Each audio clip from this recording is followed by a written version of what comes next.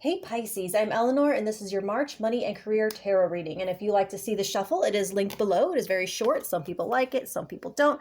Your oracles are Earth and Sapphire. Regenerate your body.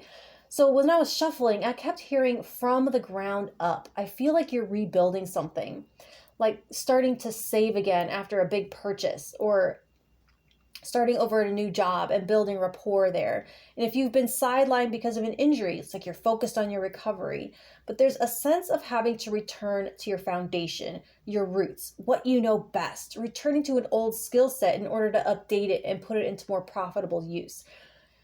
What you're doing is you're looking at the first rung of Maslow's hierarchy to either revisit and fill in some gaps so that it's more stable moving forward so you don't end up with some tower moment down the line, or just like back to the drawing board in general for a change in direction. So you have the Crown of Vessels, which is essentially like the King of Cups, and you have the Four of Coins. So you're starting out sort of in like a spending or hiring freeze, which makes sense because you're wanting to replenish your stores and not deplete them any further for a while. But you have a different attitude about it than you might have had it at some time in the past, like way more mature and future oriented.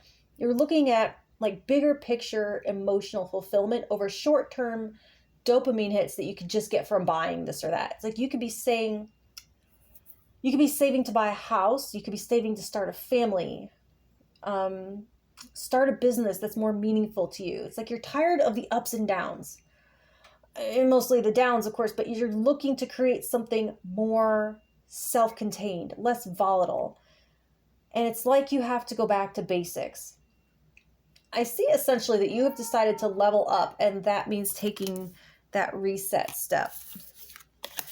So you have the Four of Coins and the Hermit. This says, all mine. I'm doing this for me. I'm tired of doing what everyone thinks I should be doing. I'm tired of doing what makes others happy. I'm protecting my own interests right now. So like there's an internal remodel happening. It's more profound than that though. Like I see a lot of people, like not here, but like I see people spending like as a habitual way to cope or to distract. And I've been there, I've done that. I promise, I get it. And it's like, since you've decided to clamp down on your spending here, you're left facing yourself to rebuild that relationship to your deepest desires, your core values, your truth, and your absolute presence. So it's like, you're kind of going like, okay, what is it I really want? But instead of buying that little thing, what is it I'm really wanting by buying that little thing? And this also says that you don't want anyone else interfering.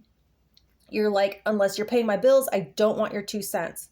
And like, if that part about saving for a family didn't resonate, you could be saving to move out of someone else's home and out onto your own.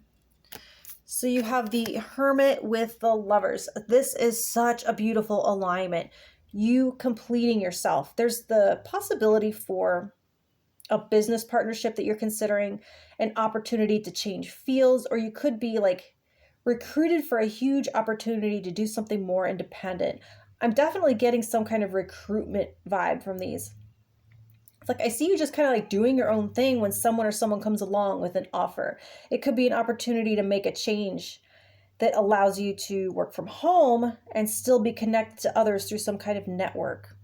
And I'm hearing membership for some odd reason. For some of you could be moving from like a solo thing into some kind of partnership or merger, making a powerful alliance, making partner, like going from temp or independent contractor to permanent hire on. It's like there's some kind of commitment happening here.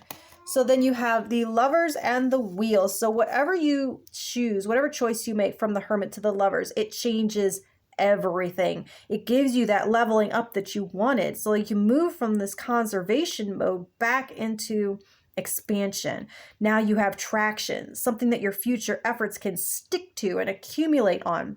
But the important thing to note about the Wheel is it's all about what goes around comes around, and what you put into circulation is then in the flow to your benefit or detriment, depending on what it is. So with the King of Cups here, this is the emotion that you put into your intention setting.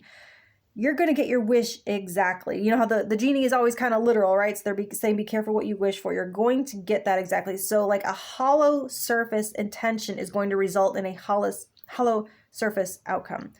So include the how you want to feel in the intention into your investment. So it's included in your outcome. So it's like you are what you eat on a molecular level, right? For some reason, I'm just getting that with these oracles. And I'm reminded of that garbage in, garbage out, or love in, love out. So what you put in here is what is gonna, it's almost like this little machine that would, and it churns and churns, and out comes what it is you intended based on what you put into it. So that's what I have for you now, Pisces, and your love reading is coming up in a week or so. Thank you.